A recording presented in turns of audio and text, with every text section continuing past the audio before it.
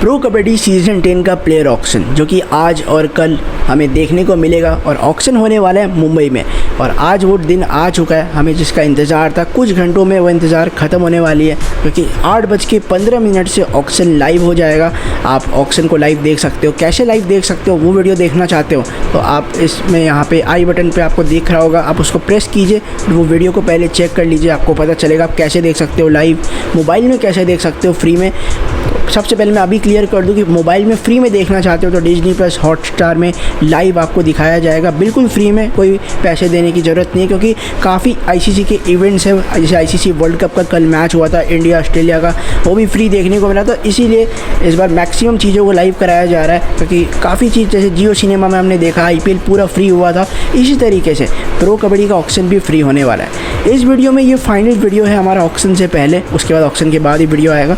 तो ये वीडियो में हम ये जानेंगे सारे 12 टीम्स के बारे में, ऑक्शन का स्ट्रेटेजी क्या है, FBM प्लेयर्स क्या है और टॉप 3 टारगेट प्लेयर्स। हर टीम से मैं टॉप 3 टारगेट प्लेयर्स पिक करूँगा जिनको ऑक्शन में डेफिनेटली टारगेट करना चाहिए। तो स्टार्ट करते हैं इस वीडियो को। तो बहुत इंटरेस्टिंग वीडियो होने वाला है, लंबा भी होगा क्योंकि मैंने 12 टीम्स का एकदम अच्छे से एक्सप्लेन करूँगा, तो उस हिसाब से आप देखना, आपको सब कुछ क्लियर हो जाएगा।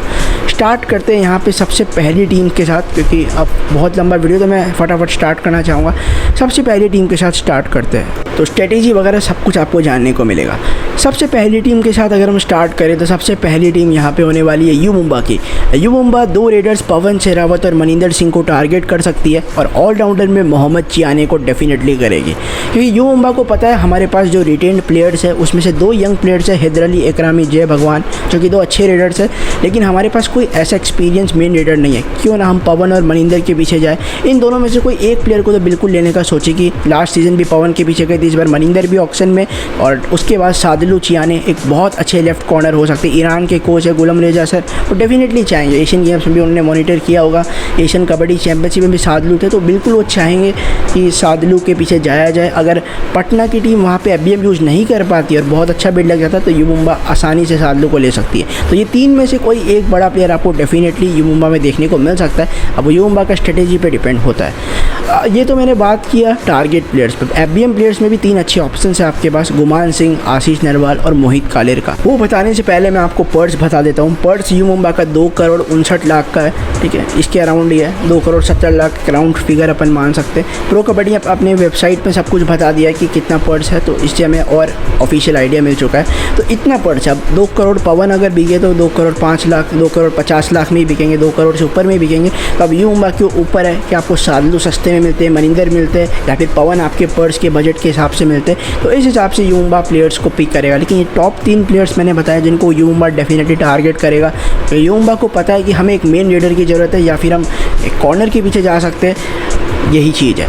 तो अब आते हैं स्ट्रेटेजी पे। स्ट्रेटेजी वही मैंने कहा यू मुंबा का, कि यू मुंबा को पता है कि अगर हम पवन या मनिंदर को ले लें तो कितना अच्छा रेडिंग हो सकता है। लास्ट सीज़न भी यू मुंबा बहुत बेट किया था पवन शेरावत पे, आपको मिल नहीं पाए कि तमिल ने ख़रीद लिया था, तो थोड़ा सा पर्स का भी एडवांटेज होता है और यही चीज़ है। और मनिंदर सिंह भी एक बहुत अच्छे ऑप्शन आपके पास है, या फिर आप सादलू को ले लो। तीनों में से सारे प्लेयर्स अपने हिसाब से एक स्टार प्लेयर है और अगर टीम्स इन प्लेयर्स पे FBM यूज़ ना करे तो डेफिनेटली यू मुंबा की टीम उनको लेने की पूरी कोशिश करेगी। तो ये पहली टीम थी यू मुंबा की। अब बढ़ते हम दूसरी टीम पे। दूसरी टीम यहाँ पे होने वाली तेलुगु टाइटंस। तेलुगु टाइटंस एक रेडर मनिंदर सिंह को टारगेट कर सकती है और 2 रेडर्स रोहित गुलिया और मोहम्मद रेजा चियाने को टारगेट कर सकती है। दोनों ऑलराउंडर्स को कैटेगरी A में रखा गया है, रोहित गुलिया और चियाने को। और एक रेडर मैंने जो कहा कि तेलुगु टाइटंस बिल्कुल जाएगी, वो होने वाले मनिंदर सिंह। इस बार नए हेड कोच बने श्रीनिवास रेड्डी सर, वो भी अपने हिसाब से एक प्लान बना के आए होंगे कि किस तरीके से हमें प्लेयर्स को लेना है। लेकिन एक बड़े रेडर की आपको बिल्कुल ज़रूरत है। लास्ट सीज़न पूरा फ्लॉप था आपका सीज़न। मनिंदर सिंह एक ऐसे प्लेयर जो कंसिस्टेंटली अच्छा कर रहे हैं आपके लिए, तो आपको बिल्कुल मनिंदर सिंह पे जाना चाहिए।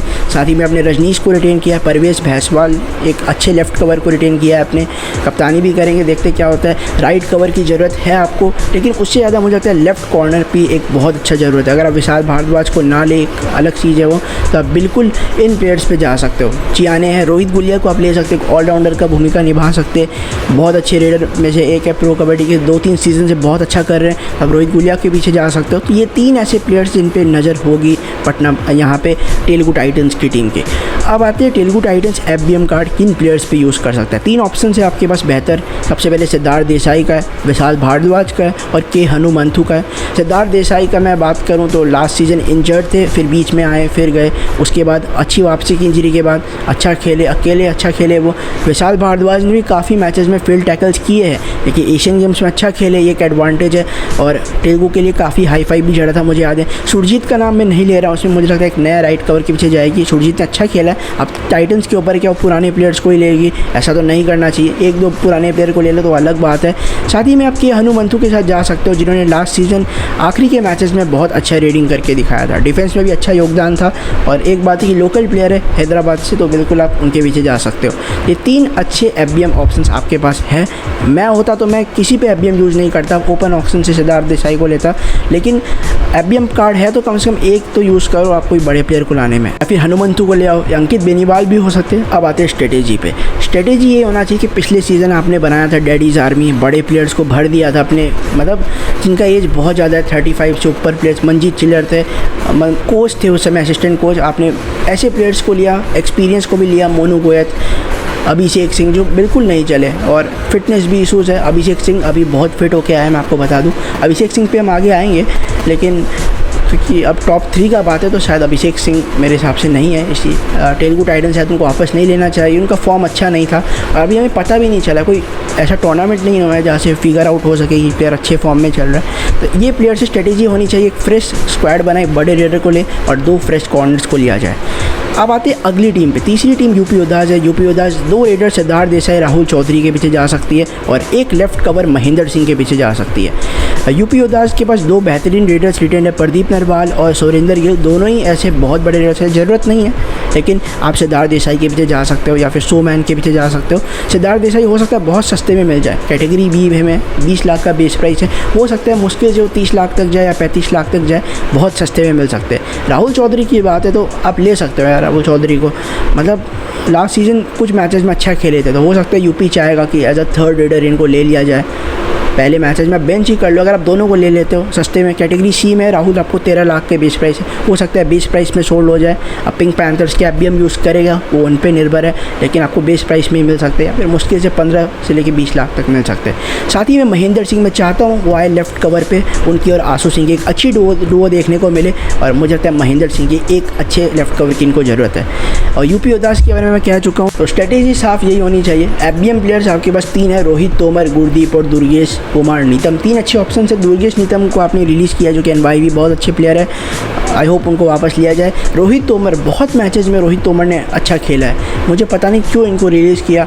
और सेम कारण गुरदीप का भी मैं कह रहा हूँ। गुरदीप ने भी जब शुभम बालिया नहीं चल रहे थे तो गुरदीप ने काफ़ी मैचेस में अच्छी कमान संभाली थी लेफ्ट कवर में, लेकिन उनको भी रिलीज़ कर दिया गया। और पर्स आपके पास है 2 करोड़ के अराउंड आपके पर्स है, तो आप जा सकते हो कुछ प्लेयर्स पर, टारगेट प्लेयर्स भी आपको आसानी से मिल सकते हैं। अब आते हैं अगली टीम पे।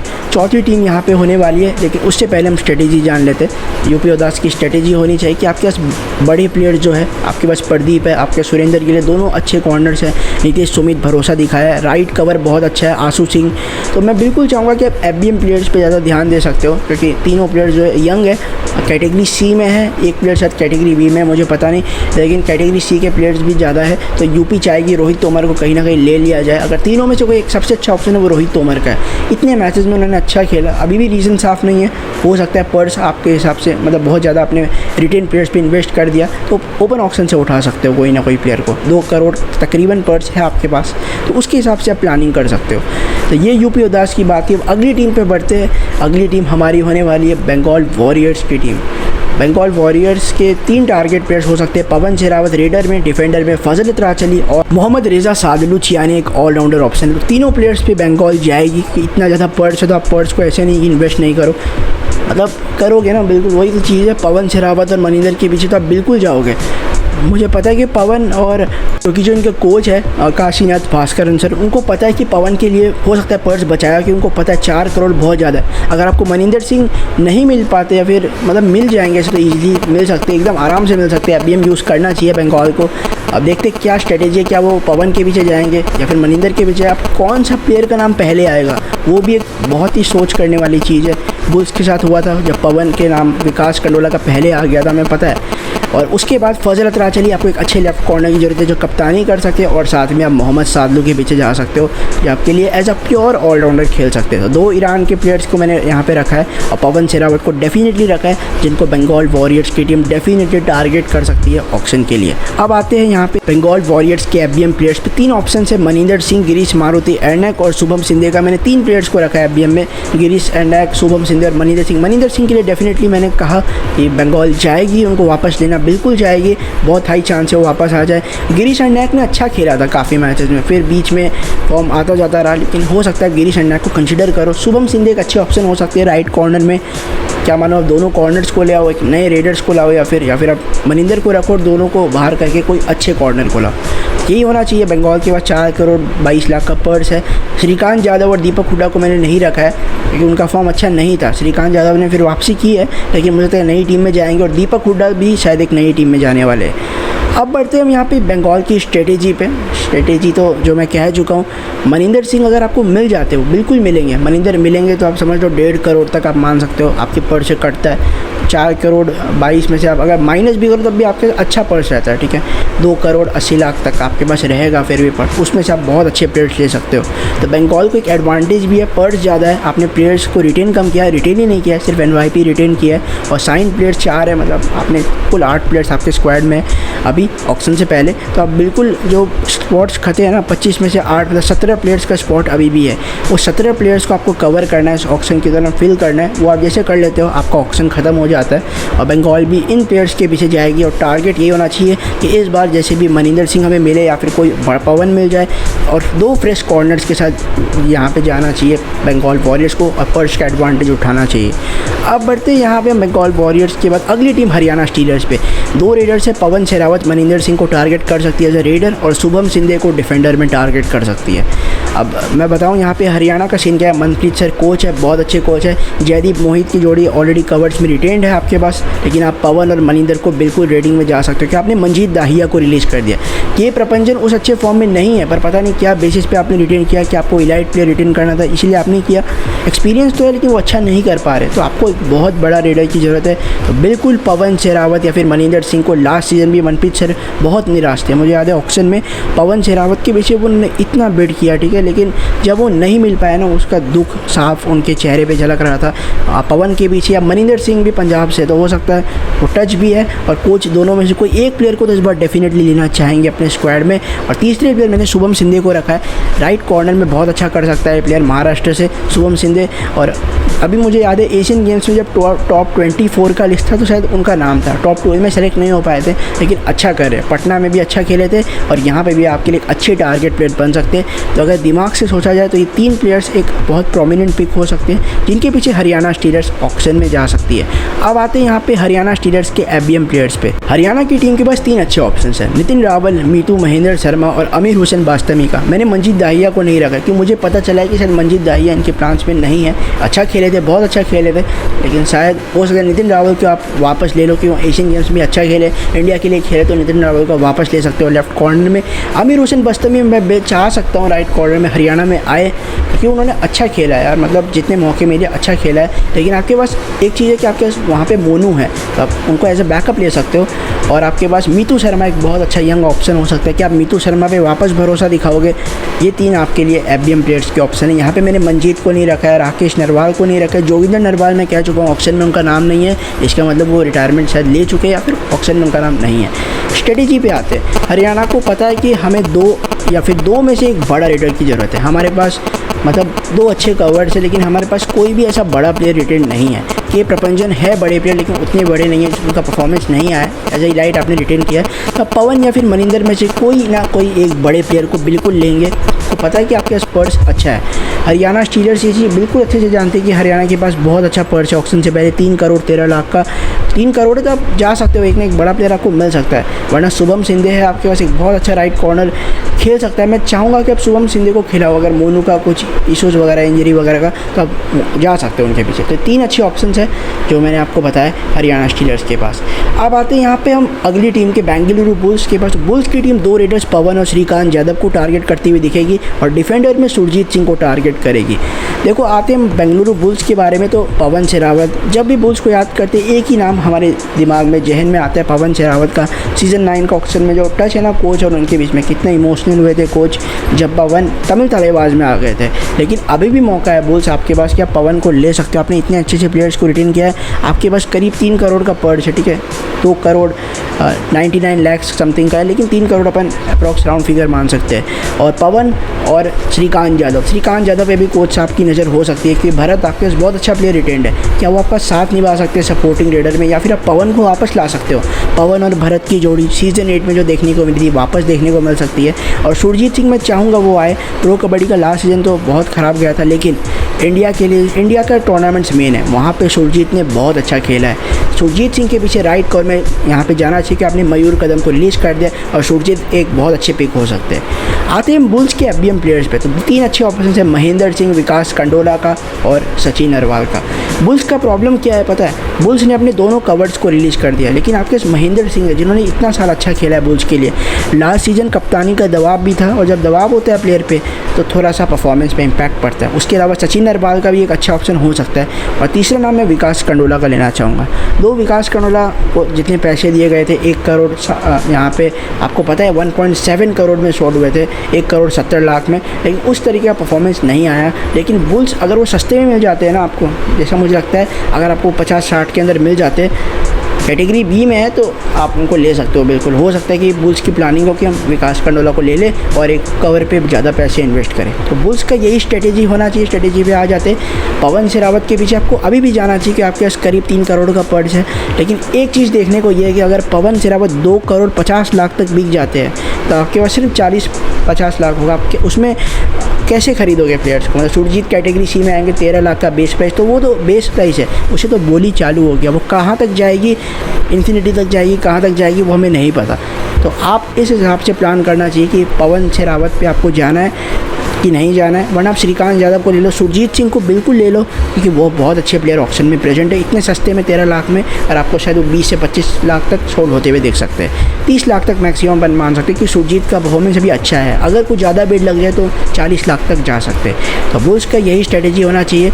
अब आते हैं यहाँ पे अगली टीम पे। अगली टीम यहाँ पे होने वाली है गुजरात जायंट्स की। गुजरात जायंट्स विजय मलिक, मोहम्मद चियाने और दीपक हुड्डा के पीछे जा सकते हैं। तीनों अच्छे ऑलराउंडर्स है। यहाँ पे विजय मलिक तो बहुत अच्छे ऑलराउंडर है, चियाने बहुत ज़बरदस्त ईरान के प्लेयर है, और दीपक निवास हुड्डा, मुझे याद है लास्ट सीज़न राम मेहर सर की टीम दीपक हुड्डा पे जा रही थी, ठीक है, 2-3 बार बेट किया लेकिन वो बंगाल में आ गए। इस बार भी दीपक हुड्डा पे आप जा सकते हो। मुझे पता है फॉर्म अच्छा नहीं चल रहा है अभी, लेकिन अभी भी वो उतने इम्पैक्टफुल हो सकते हैं आपके लिए। एक्सपीरियंस उनका काफ़ी काम आ सकता है, आपकी टीम की कप्तानी कर सकते हैं, डिफेंस भी अच्छा कर सकते हैं, रेडिंग में भी काम अपना संभाल सकते हैं। और आपको पता है प्रतीक दाहिया और दीपक हुड्डा का रिलेशन भी है यहाँ पे, आई थिंक कुछ रिलेशन है, मुझे पता नहीं, लेकिन है।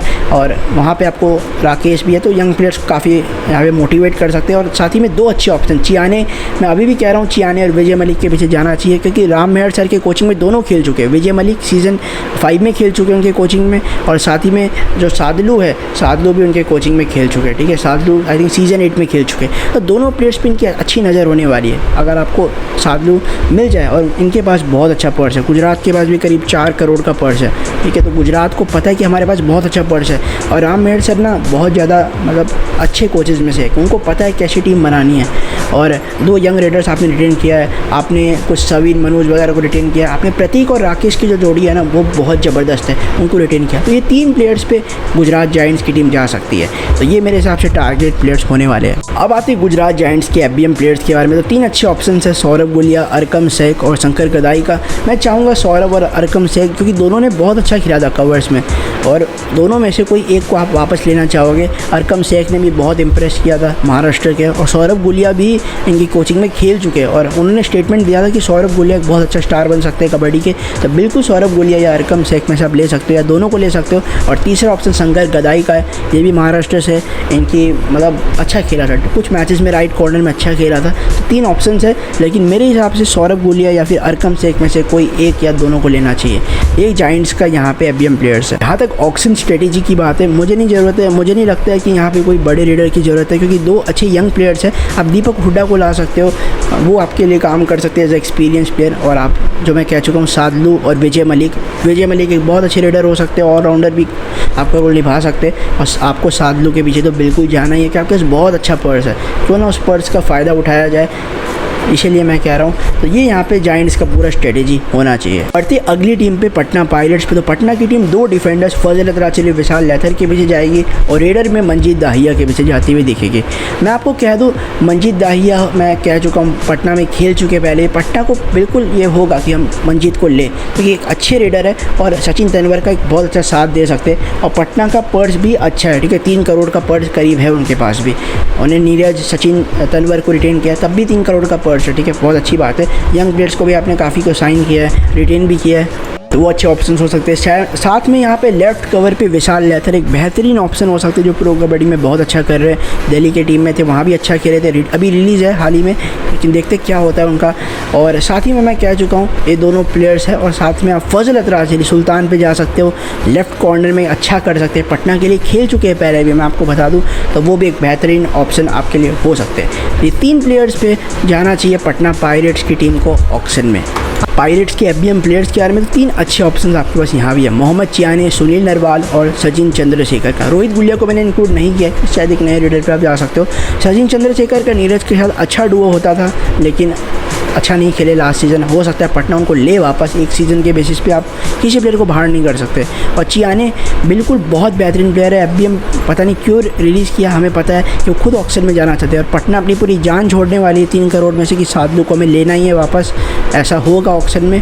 और उसके अलावा सुनील नरवाल जो आपके लिए 2-3 सीज़न से राइट कॉर्नर खेले, अच्छा खेल रहे, उनको भी आप ले सकते हो। 3 एफबीएम के बेहतरीन ऑप्शन आपके पास है। जहाँ तक स्ट्रेटेजी की बात है, स्ट्रेटेजी साफ़ है कि हमें सादलू चाहिए। अगर आप सादलू को लेना ही है तो 3 करोड़ आपके पास है, ठीक है। और अगर यहाँ पे सादलू कोई और टीम में चले जाते तब भी आपके पास सुल्तान फजल अतराचली का ऑप्शन है। आपके पास पैसे भी बहुत अच्छे हैं, 3 करोड़ है आपके पास, ठीक है, तो आप जा सकते हो। और मंजीत को मैं कह रहा हूँ, मंजीत को टारगेट आप करोगे, विजय मलिक को कर सकते हो, जो प्लेयर्स मैंने आपको बताया, मंजीत फजल को आप कर सकते हो। तो ये 3 प्लेयर्स के पीछे जाएगी पटना पायरेट्स की टीम। विशाल लैथर क्या है मैंने बताया, 3 प्लेयर्स के पीछे पटना की टीम डेफिनेटली ऑक्शन में जा सकती है। और हमें पूरा सस्पेंस सादलू का होने वाला है, क्या सादलू वापस आएंगे वो तो आज हमें ऑक्शन में पता चलेगा। अब बढ़ते अगली टीम दबंग दिल्ली में। तो दबंग दिल्ली 2 डिफेंडर्स विशाल भारद्वाज और सुरजीत सिंह के पीछे जाएगी और ऑलराउंडर में मोहम्मद चियाने के पीछे जाएगी। सबसे पहले मोहम्मद चियाने पे आते हैं। आपके पास लेफ्ट कॉर्नर अच्छा नहीं है, तो आपने संदीप धूल को रिलीज़ कर दिया। एक विजय करके डिफेंडर है जो कि अच्छा इंप्रेस कर सकते हैं, आपने रिटेन किया है, लेकिन आपके पास एक्सपीरियंस नहीं है और आप बिल्कुल विशाल भारद्वाज के पीछे जा सकते हो। हिमाचल का टच भी है, अजय ठाकुर असिस्टेंट कोच है, तो बिल्कुल होगा। ये विशाल भारद्वाज बहुत अच्छे प्लेयर है, मैं अभी भी चाहता हूँ विशाल भारद्वाज दिल्ली में आए।